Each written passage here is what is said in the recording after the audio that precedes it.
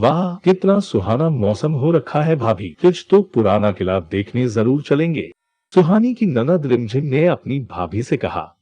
सुहानी 3 दिन से थोड़ी सी बीमार चल रही थी।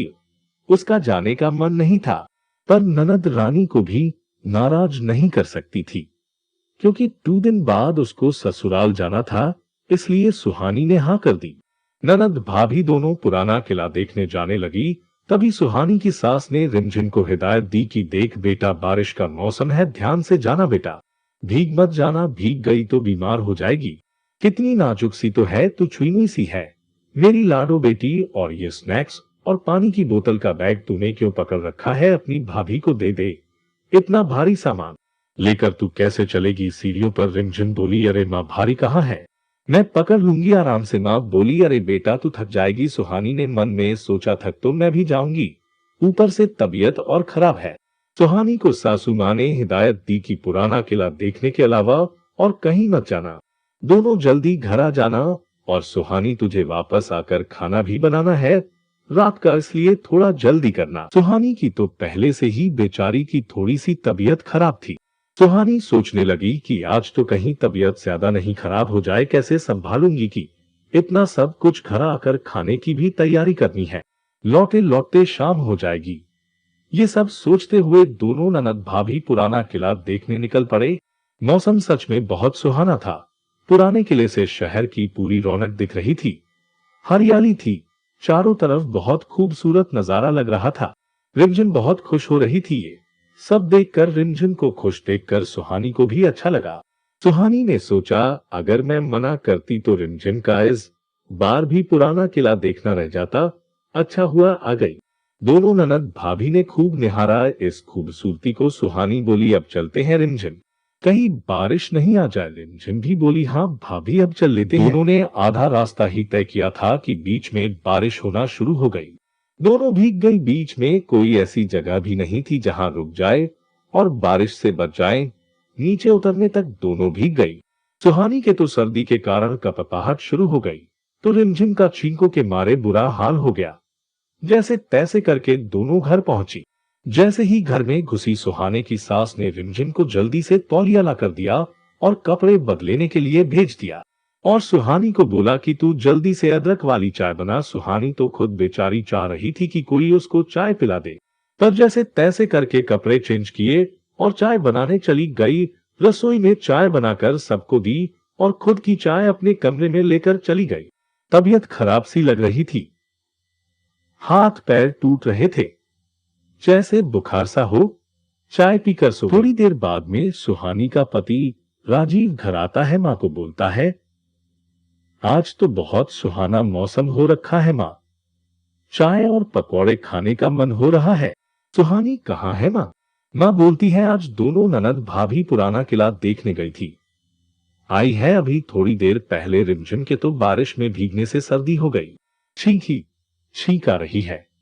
और ये सुहानी पता नहीं कमरे में क्या कर रही है, चाय लेकर गई थी, अभी तक बाहर नहीं आई। तू जा और उसको बोल चाय पकौड़े के लिए और रात के खाने की भी तैयारी करनी है।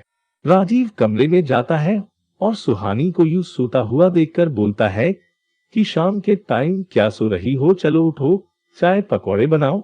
सुहानी, जो अभी तक शांत थी, सब कुछ बर्दाश्त कर रही थी, अचानक से गुस्से में आ जाती है और बोलती है, मैं आराम करने के लिए नहीं लेटी हूँ, मैं भी रिमझिम के साथ बारिश में भीगी हूँ। रिमझिम तो बारिश में भीगते ही बीमार हो गई, और जो मैं पहले से बीमार थी वह क्या बारिश में भीगने से सही होगी? बहू हूँ मैं, कोई सीमेंट की दीवार नहीं हूँ जिसके सर्दी गर्मी बारिश के होने से कोई फर्क नहीं पड़ता, वो तुमको भी पता है। मैं 2-3 दिन से तुम्हें बोल रही हूँ कि मेरी तबीयत थोड़ी सही नहीं है, पर काम करती रहती हूँ, तुम ध्यान ही नहीं दोगे। नहीं होगा मुझसे आज का काम, जिसको चाय पकौड़े खाने व बना लो अपने आप, एक सीमेंट की दीवार ही बनाकर रख दिया। सचमुच तुमने तो मुझको, जिसका किसी भी हालात में कुछ फर्क ही नहीं पड़े। फर्क पड़ता है हमको भी, बेटियां ही नहीं बहुएं भी बीमार होती है। बेटियों की तकलीफ फटाफट नजर आ जाती है, और बहू कमरे में ड्रामा कर रही होगी, अगर तकलीफ में लेटी हो तो यही कहा जाता है, हम भी किसी की बेटी हैं। राजीव बोलता है, सॉरी, मुझे पता नहीं था कि तुम इतनी बीमार हो। तुम काम करती रहती हो तो लगता है सही होगी। तुम चलो अब आराम करो। सही है तुम्हारी बातें, प्लीज अब गुस्सा छोड़ दो। तभी रिमझिम और माँ भी कमरे में आ जाते हैं। सुहानी की तेज आवाज सुनकर रिमझिम बोलती है, सही तो बोल रही हैं भाभी।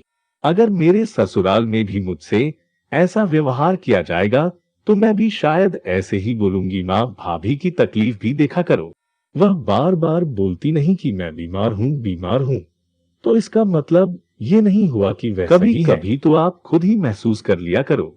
जैसे आप मेरी तकलीफ देखकर समझ जाते हो कि मैं बीमार हूँ, वैसे ही भाभी की तकलीफ देखकर भी समझ जाया करो। भाभी, आप सीमेंट की दीवार नहीं है, मेरे जैसी एक लड़की हो।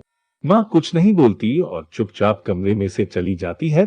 थोड़ी देर बाद आती है और एक गिलास में काढ़ा लेकर और सुहानी को पीने के लिए देती है और बोलती है, इसको पी ले बेटा सुहानी, और जो अभी तक हुआ उसके लिए सॉरी बेटा। पता नहीं क्यों ये सास अपनापन भुला देता है बेटा अपनी बहू को लेकर। पर अब से कोशिश करूंगी कि तुम्हें इतना अपनापन दूं कि तुम्हारी हर तकलीफ तुम्हारे बोले बिना ही मुझे नजर आ जाए।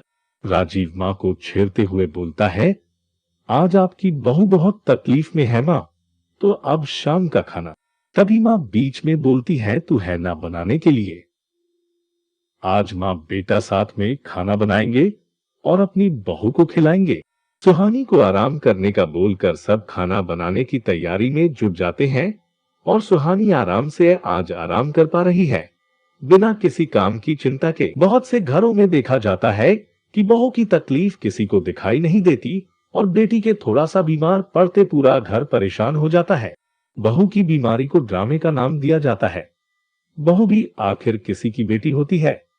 बहू कोई सीमेंट की दीवार नहीं होती, उसको भी फर्क पड़ता है। आपको मेरी कहानी कैसी लगी कमेंट करके जरूर बताइएगा।